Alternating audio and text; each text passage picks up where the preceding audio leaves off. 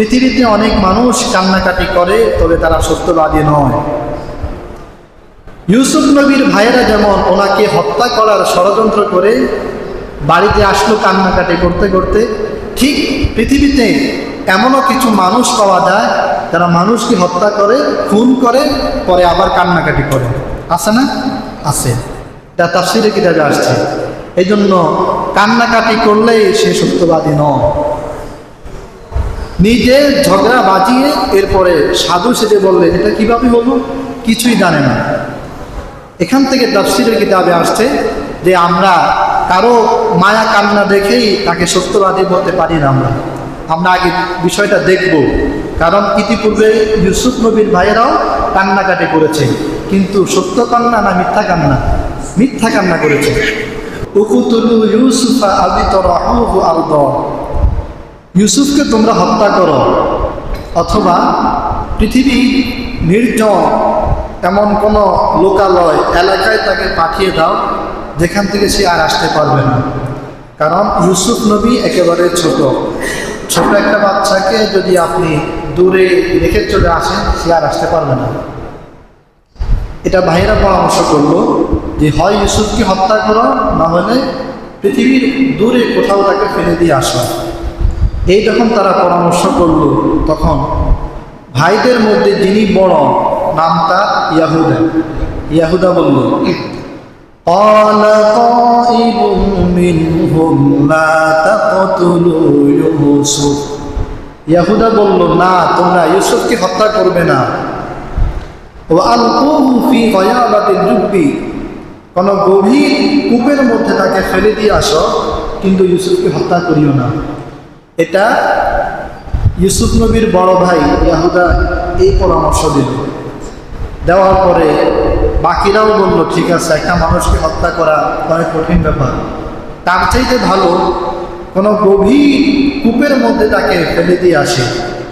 এখন যেমন আমাদের আগে হাট বাজারে টিউবওয়েল পাওয়া যেত, এখন পাওয়া যায় না, কল। ঠিক আগে সব জায়গায় কূপ পাওয়া যেত, এখন এটা আর নাই। তখন অনেক কূপ ছিল। এই পরামর্শ মোতাবেক তারা সিদ্ধান্ত করলো ইউসুফকে বাবা ইয়াকুব থেকে পৃথক করা দরকার। এই জন্য ইয়াকুব নবীর কাছে তার ভাইয়েরা গিয়ে ইয়াকুব নবীকে কি বলছে, পবিত্র কোরআন বলতেছে, ইয়া আবানা মা লাকা লা তা'মান্না আলা ইউসুফ, হে আমাদের পিতা আপনার কি হইল, মা লাকা আপনার কি হইল, মা লাকা লা তা'মান্না আপনি কেন আমাদেরকে বিশ্বাস করেন না, আলা ইউসুফ ইউসুফের ব্যাপারে, ইউসুফের ব্যাপারে কেন আপনি আমাদের বিশ্বাস করেন না, ওয়া ইন্না লাহু লানাসিহুন, আমরা তো ইউসুফের দুশমন নয়, আমরা তার হিতাকাঙ্ক্ষী শুভাকাঙ্ক্ষী।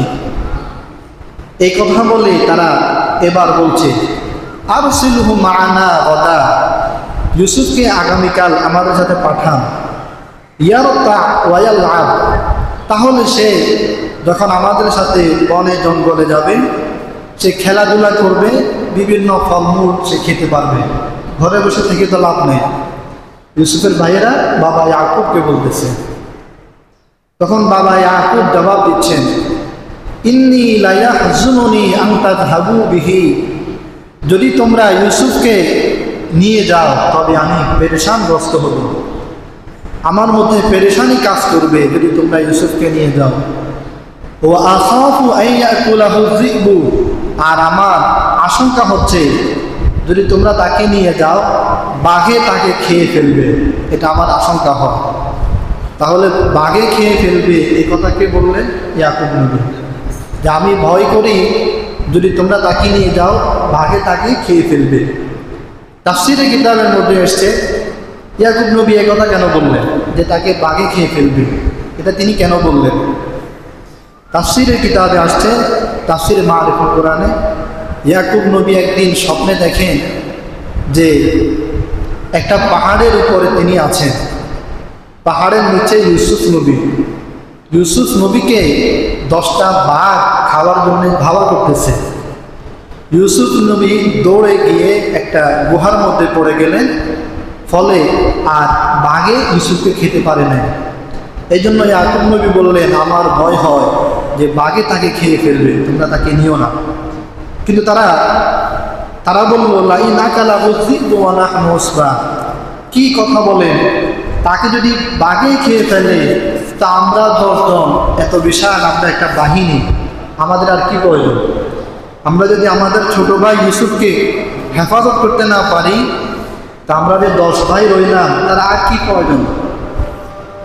এরপরে 10 ভাই যখন এইভাবে আবেদন পেশ করছে, তখন ইয়াকুব নবী বলল, ঠিক আছে, ইউসুফকে তোমরা নিয়ে যাও, তবে সাবধানে রাখবে ইউসুফ নবীকে।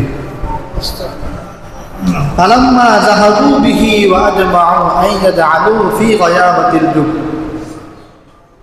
ইয়াকুব নবী ইউসুফ নবীকে দেওয়ার পরে তার ভাইয়েরা, তাফসীরে কিতাবের মধ্যে আসছে, কোলে কাঁধে নিয়ে রওনা হলো, বাবাকে দেখায় যে কত যত্নশীল, কত আদর। যখনই ইয়াকুব নবীর দৃষ্টি আড়াল হয়ে গেল, তখনই তারা ধাম করে জমিনের মধ্যে ইউসুফ নবীকে ফেলে দিল। ফেলে ওয়াজমাউ আন ইয়াজআলু ফি গায়াবাতিল জুব, ইউসুফ নবীর 10 ভাই একমত হলো যে তাকে কোনো গভীর কূপের মধ্যে ফেলে দেবে। একমত হয়ে গেল। একমত হয়ে তারা ইউসুফ নবীকে একটা কূপের মধ্যে, কুয়ার মধ্যে ফেলে দিল। তাফসীরে মারিফুল কোরআনে লেখে, ইউসুফ নবীকে যখন তারা কূপের মধ্যে ফেলে, ঠিক ওই সময় আল্লাহ তাআলা হযরত জিবরাইলকে বললেন, জিবরাইল যাও, ইউসুফ নবী কূপের একেবারে গহীনে নিচে পৌঁছার আগেই তাকে উদ্ধার করো। জিবরাইল আমিন পৃথিবীতে 3 বার খুব দ্রুত বেগে এসেছিলেন, তন্মধ্যে একবার হচ্ছে যখন ইউসুফকে কূপের মধ্যে ফেলে। জিবরাইল আমিন খুব দ্রুত বেগে এসে ইউসুফ কূপের নিচে পড়ার আগেই জিবরাইল আমিন ওনার পাখা দিয়ে ইউসুফ নবীকে উদ্ধার করলেন। উদ্ধার করে একটা পাথরের মধ্যে ওনাকে বসিয়ে দিলেন, কূপের মধ্যে বসিয়ে দিয়ে জিবরাইল আমিন চলে গেলেন। 10 ভাই মনে করলো কূপের মধ্যে তো আর শুধু পানি থাকে না, সাপ বিচ্ছু এই ধরনের অনেক কিছু থাকে, অতএব 10 ভাই চলে গেল। কিন্তু ওই যে বড় ভাই ইয়াহুদা, সে একটু ধার্মিক ছিল, ভদ্র ছিল, সে পারে না এখান থেকে আসতে। সে কি করেছে, বাকি 9 ভাইকে পাঠিয়ে দিয়ে ইয়াহুদা ইউসুফ নবীকে গিয়ে দেখে ইউসুফ নবী কি করে, দেখে ইউসুফ নবী পাথরের মধ্যে বসা। তখন ইয়াহুদা বাড়িতে গিয়ে 3 দিন ইউসুফ নবী কূপের মধ্যে ছিলেন, এই 3 দিন ইয়াহুদা বাড়ি থেকে খাবার দাবার এনে দিতেন। সুবহানাল্লাহ।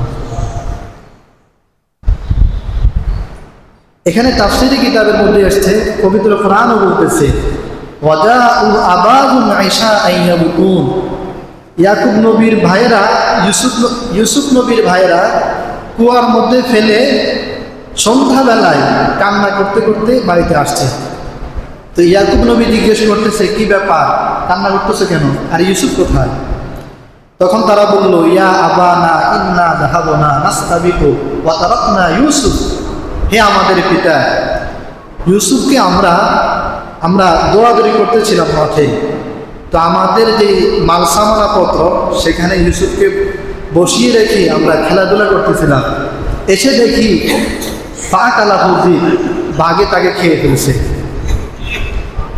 ওয়ামা আনতা বিমুমিনিন লানা ওয়ালাউ কুন্না সাদিকিন, হে বাবা ইয়াকুব, আমরা জানি আপনি আমাদের বিশ্বাস করবেন না যদি আমরা সত্য কথা বলি। এই কথা বলে তারা ওয়াজাউ আলা কমিসিহি বিদামিন কাযিব, ইউসুফ নবীর জামার মধ্যে একটা বকরি জবাই করে, বকরির এটা কি বলে, রক্ত মাখা জামা ইয়াকুব নবীকে গিয়ে বলে, এই দেখেন ইউসুফের জামা রক্ত লেগে আছে, বাঘে তাকে খেয়ে ফেলছে। তাফসীরে মারিফুল কোরআনে লেখে, তখন ইয়াকুব নবী জামা এইভাবে সামনে নিয়ে বলে, হায়, এই কেমন বাঘ, এই কেমন শিক্ষিত বাঘ, যে বাঘ আমার ছেলেকে খায় কিন্তু জামা ছেড়ে না। বাঘে খাইলে তো জামা ছিঁড়বে, জামা একেবারেই সুন্দর আগের মতো, আর ইউসুফ নবী নাই। এই জন্য ইয়াকুব নবী বলতেছে, এই কেমন বাঘ, যে বাঘে ইউসুফ নবীকে খায় কিন্তু জামা ছেড়ে না।